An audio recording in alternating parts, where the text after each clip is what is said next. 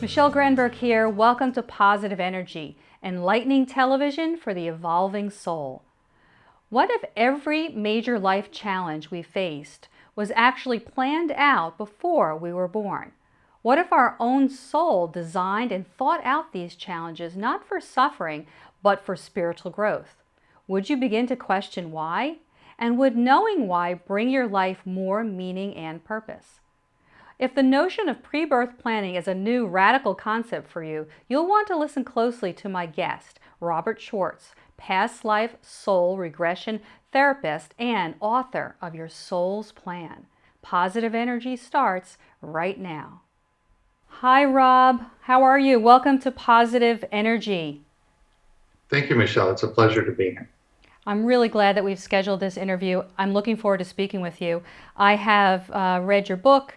I am a kindred spirit in that I'm also a past life regression therapist, and I teach this as well. And I think it's really important information, as I'm sure you've experienced, part of your soul purpose in disseminating all of this. So I've got lots of questions to ask you on behalf of our audience. Let's start with, how did you come to write about pre-birth planning? What led you to all of this?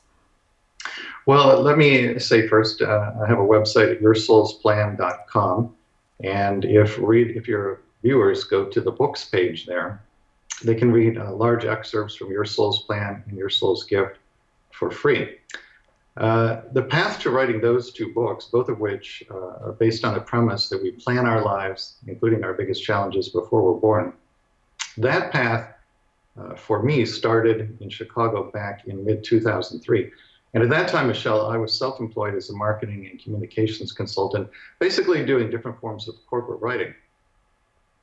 And I did not enjoy this work at all. I found it to be tremendously unfulfilling. But and I also had the sense at that time that there was a higher calling or a higher purpose to my life. I just didn't know what it was, and I wasn't even sure how to figure out what it was. And so I went to various friends and family members, and I said, I find this corporate work to be very unfulfilling. What do you think I should do with my life? And that didn't help at all. They didn't know. And I took the Myers-Briggs inventory, and that was an interesting exercise, but that didn't really shed any light on the matter. And so on May 7th of 2003, I did something I had never done before, although it's commonplace for me now. And that is, I had a session with a psychic medium. The reason I remember the date specifically is that this was the day on which my life changed. The medium introduced me to the concept of spirit guides. I had never even heard of that term before. She explained that a guide is a highly evolved non-physical being with whom we plan our lives before we're born, and who then guides us through our lives after we get here. And through this medium, I was actually able to talk with my guides. And they said a lot of amazing things to me in that session, one of which was, they said, you planned your life, including your biggest challenges, before you were born. And I'll tell you, I just shook my head and I said, well, why in the world did I do that? And they said, well, you did this for purposes of spiritual growth. Now, I might not have believed any of this, but they knew everything about me without me telling them anything. They knew what my challenges had been. They knew they could explain to me exactly why I had planned them before I was born. And so I came out of this session with the medium just stunned by this new perspective. And that really was the beginning of a 3-year path of writing Your Soul's Plan. And then a few years later, Your Soul's Gift. Awesome path. So, for many people, just the idea of reincarnation is a radical still belief for them. That's radical enough. And tying it into pre-birth planning. So say an overview of why do we plan life challenges generally? When you distill it all down, Michele, the basic reason we do this is to learn how to better give and receive love. But under that large umbrella, there are a number of much more specific reasons. One of them is to balance and release karma. Another is to be of service to others. Service to others is present in literally every single pre-birth plan I've ever looked at. Another motivation is healing. Unhealed energies from past lives are brought back into body to be healed on the earth plane. Another reason is to experience contrast, primarily contrast to the love we experience all the time on the other side. The experience of the contrast, the not love, as you could call it, gives us a more profound understanding of what love really is. And the last main reason I've seen in my work, and this would really be a subset of healing, is to correct false beliefs or false feelings about the self. The two most common being a feeling or belief that one is powerless, and a feeling or belief that one is unworthy or worthless. Almost everybody has had at least one past life, if not multiple past lives, in which certain things happened that cause them to develop one of those two false beliefs or feelings, if not both. And so if you have that feeling or belief about yourself that you're powerless or unworthy or worthless, to the soul, this feels discordant, and the soul wants to clear it or heal it in a subsequent lifetime. So we can talk about any of those at great length, but those are the main reasons I've seen in my work. Well, I'm sure that will encourage many people that it really does all boil down to love and developing strengths and characteristics that are in alignment with our highest potential. And this journey is not really about being a victim. Nothing is thrust upon us, and it's not random, and there are no quote-unquote accidents. So maybe let's go a little deeper into a specific example, because you have so many stories in your book, Your Soul's Plan, of common challenges, unimaginable things that some of those clients have experienced: physical illness, having a disabled child, deafness, blindness, drug addiction, alcoholism, death of a loved one, accidents. Very compelling stories. Maybe you could share a little bit more about one of those if you'd like to. I'd be happy to. There is a chapter about the pre-birth planning of deafness and blindness. And the deafness story in that chapter is an African-American woman named Penelope, who at the time I interviewed her for Your Soul's Plan was, I believe, 24 years old. Penelope was born completely deaf in both ears. She's also African-American, and as you can tell by her name, she's also female. So we worked with a medium who is able to go into the pre-birth planning sessions and hear the conversations we have with each other before we're born. And I put these conversations verbatim into my two books. We heard souls talking with their future children, future parents, friends, enemies, if they were planning to have enemies, peers at school, employers, and so forth. And all of these conversations are word for word in the book. But in Penelope's session, because of her deafness, we did the session differently than any of the others in either of the two books. It was actually conducted by instant messenger. So she's in her home typing away on IM. I'm in my home doing the same thing. The medium is in her home typing on instant messenger. And what happens is the medium her consciousness goes into Penelope's pre-birth planning session, and she hears word for word the conversation that Penelope had with her spirit guide when the deafness was agreed to and planned in the pre-birth planning session. And what we find out is that in the lifetime immediately prior to this one, Penelope had the same mother she has in this lifetime. But in that past life, when she was a little girl, she heard her mother shot to death by the mother's boyfriend. Now, she didn't actually witness the murder, but she heard the gunshots that led to her mother's death. And as you can imagine, she was quite traumatized by that, so much so that it actually led her to suicide later in that lifetime. So she returned to spirit from that lifetime with what you could call an energy of unhealed trauma, which now needs to be healed. So in her pre-birth planning session, her guide says to her, "My dear, would you prefer to be born deaf so that no similar trauma will happen to you again, and so that you can complete your healing from the last lifetime?" And she responds, "Yes, that is what I want and what I wish to do." And then what ensues is a fascinating dialogue between Penelope and her spirit guide, in which they work out the details of the deafness. What's really interesting here is that not only is the deafness planned, but also her gender, female, and the choice to be African American.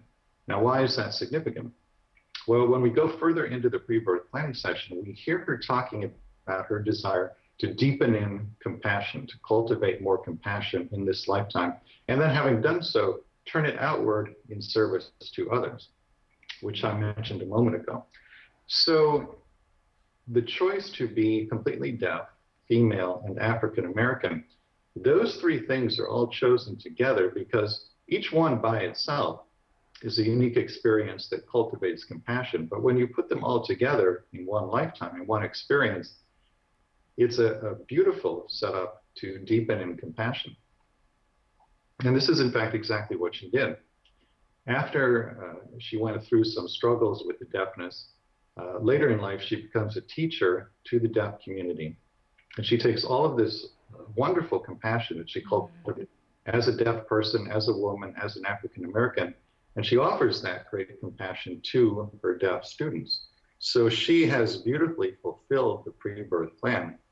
And this is why she chose to be born completely deaf. Amazing, really a beautiful and very profound story of healing for her personally, as well as fitting right into the idea of service, that these things happen so that we can help the greater good, so we can help more people in that way. And it's also fascinating how detailed and specific the soul planning is, the pre-birth planning is, that our soul, with the support of other beings, really looks that closely at what place and what person and even our gender and our race and how that will impact us potentially and service in that life. Yeah, and the pre-birth planning is often very, very detailed. But when we talk about a pre-birth plan, I think it's important for your viewers to understand things are planned usually as potentials or probabilities, not as certainties. Now, there are some things that are set up as certainties. For example, you always choose your parents and they always choose you. So that is set in stone, so to speak, before you come into body. If you plan, for example, to be born with a physical handicap that can't be treated by medical science, and you would know that prior to birth, then barring what we would call a miracle, you will have that handicap for your whole lifetime. So something like that is a certainty. But most things are set up as potentials, varying degrees of probability. And whether it becomes actualized depends upon the free will choices you make as you go along in your life. So there's this very elegant, intricate intersection and interplay of free will choices and pre-birth planning. The medium I talked about, who we did Penelope's session with, when she goes into somebody's pre-birth planning session, she sees what she describes as an incredibly vast and elaborate flow chart. So what is a flow chart? It's a series of decision points. If you do A, then X happens. If you do B, then Y happens. This is the planning that is done on the soul level. It's a flow chart so vast and so intricate, it's beyond human comprehension. But it's the soul accounting for the various free will choices that the personality might make. So there's not just a plan A for life, there's also a plan B, C, D, E, F, and on and on and on. Which you default to, it depends upon the choices you make. Beautiful. It really shows us how really powerful and how complex all of this is and how wise we really are as well. I know you have in your second book, Your Soul's Gift, you go deeper into this, the healing aspects of pre-birth planning.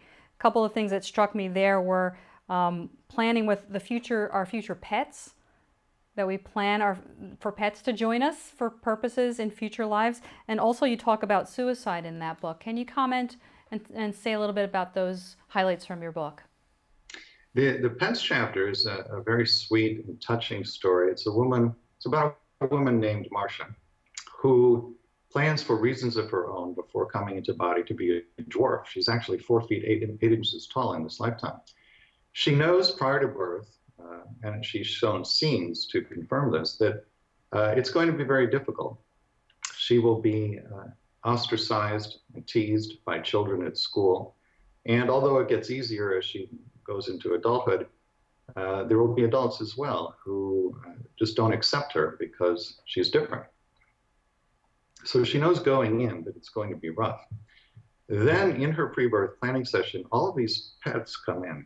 Dogs, cats, horses, there's even a rooster named Crooked Beak. And they speak with great intelligence and great wisdom and great love. And they say to her basically, we will give you the unconditional love that you will need to get through this very difficult challenge. especially in childhood when you are being treated cruelly by the other children. And this is, in fact, exactly what happened. She would come home from school in tears because she had been teased so cruelly by the other kids. And then the dogs, the cats, the rooster, the horses would all come and rally around her.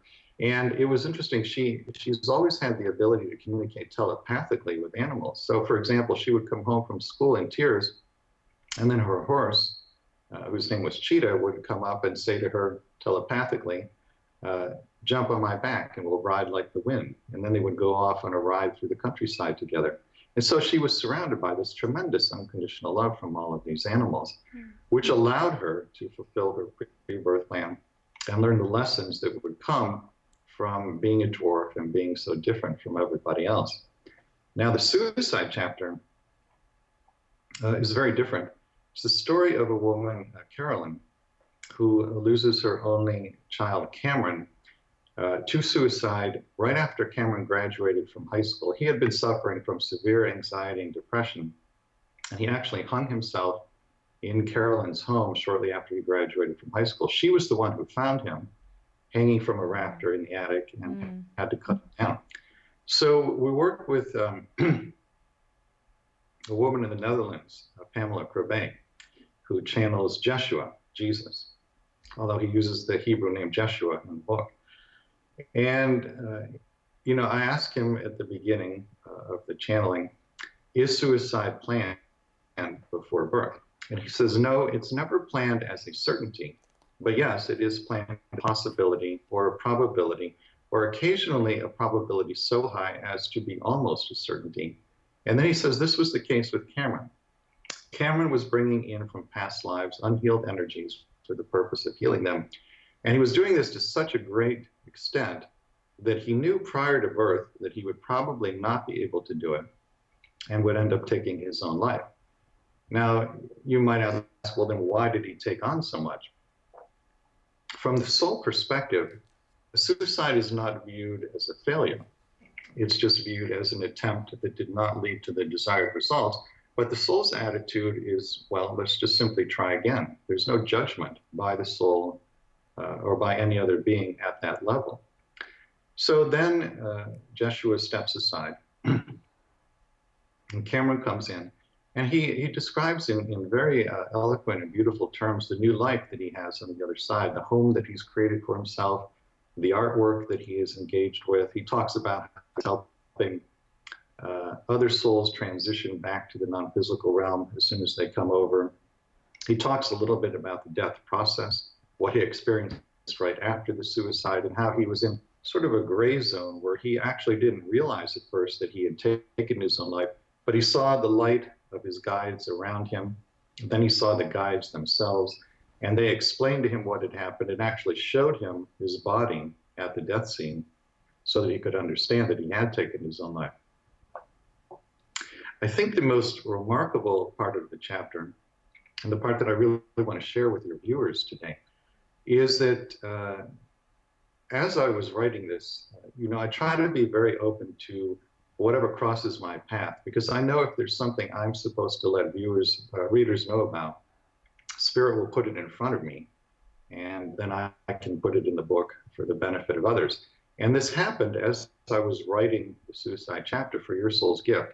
I came across a wonderful book by a woman named Irene Kendick. It's called Conversations with Jerry and Other People I Thought Were Dead. And in this book, she works through a medium and talks to her friend Jerry and other people who are now back on the other side. And she shares with Jerry the following true story, which I'd like to share with your viewers now. She's talking about a friend of hers named Denise, and Denise's brother, Dan. And the story is very simple. Denise and Dan made plans to meet for dinner one night, and then shortly before they were going to meet for dinner, Denise called her brother Dan and canceled. Then during the time at which they would have been at dinner, Dan suicided. So then Denise blames herself for her brother's death. She believes that if she just hadn't canceled their dinner plans, her brother would still be alive. So in the book, the author, Irene, shares this true story with her friend Jerry, who's back in spirit. And he says something quite extraordinary. He says that whenever somebody who is suicidal has the slightest willingness or openness to change their mind, spirit knows and spirit stages an intervention, which could be almost anything. A bird flies by and distracts the person. Somebody walks by and smiles, and then they feel better and they don't take their own life. It could be anything. But spirit knows that the person is open to changing their mind. And so spirit stages an intervention. So Jerry tells Irene that Dan could not have been saved because he had no openness or willingness to change his mind, and therefore nothing Denise could have done or would have done would actually have made any difference. So when I read this story, I was struck immediately by the implication of this. And I took it into a channeling session with Jesus. I shared it with him just as I shared it with you now. And then I said to him, this story seems to imply that every suicide that could have been prevented was in fact prevented. Is that true? Because if it is, it would do wonders to relieve the guilt and self-blame that people feel when a loved one suicides. And he says, quote, every suicide preventable by outside forces was indeed prevented. I'll say it again. Every suicide preventable by outside forces was indeed prevented. So what I would like to say to your viewers is that if you know somebody, if you've lost somebody to suicide, there was literally nothing you could have done to prevent it. Because had the person had the slightest openness or willingness to change their mind, spirit would know and spirit would stage an intervention. So I would invite you, take whatever guilt or self-blame you feel, set it down and walk away from it now. That's what your loved one would want for you. And if you know somebody who has lost a loved one to suicide, please share this information with them. Because when we understand that there was truly, literally nothing that could have been done to prevent the suicide, that's really a profound healing for those who are involved. Beautiful. I'm sure that's reaching just the right ears now, people who really need to hear that. And I love taking the shame and the blame and the judgment out of it. That really is the soul's perspective, from that higher perspective. And you call all souls courageous souls. And indeed, we are really courageous to choose to be here in this physical experience with all of its intrinsic challenges that come with it. So you mentioned earlier, talk a little bit more about spirit guides and what you call council of elders and their role in pre-birth planning. Spirit guides are highly evolved beings, non-physical beings, who help us plan our lives. Often they are, I'll use the word people, who were with us in previous lives, but who are not in body at this time. The Council of Elders consists of the very wise, loving, and highly evolved beings who oversee the cycle of reincarnation on Earth. They are at an extraordinarily high vibration, so high that it's really beyond human comprehension. Now, I'm a hypnotist, and I do past life regressions, but primarily between lives soul regression, or BLSR. A between lives regression is similar to a past life regression in that we do a short past life, but whereas the past life regression would normally end at the end of the past life, we keep going. So the person's consciousness returns to the other side, to the non-physical realm. At that point, most people are greeted by one of their spirit guides. The guide will talk with them briefly about why they were shown that particular past life and how it affected the plan for the current lifetime.